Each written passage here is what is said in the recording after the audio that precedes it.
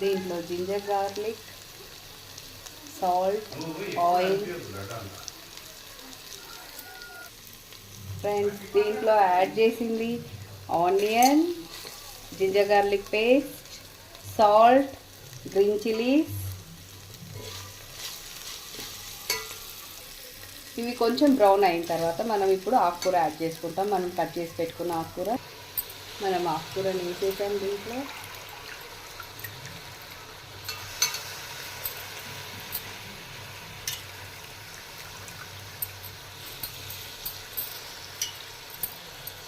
ఇప్పుడు కొంచెం మిక్స్ చేసుకున్నాం.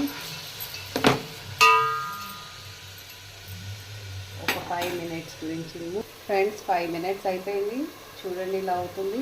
ఇప్పుడు మనం దీనికి రైస్ యాడ్ చేసేసుకున్నాం, బాస్మతి రైస్. చూస్తున్నారా ఫ్రెండ్స్, నేను దీంట్లో 2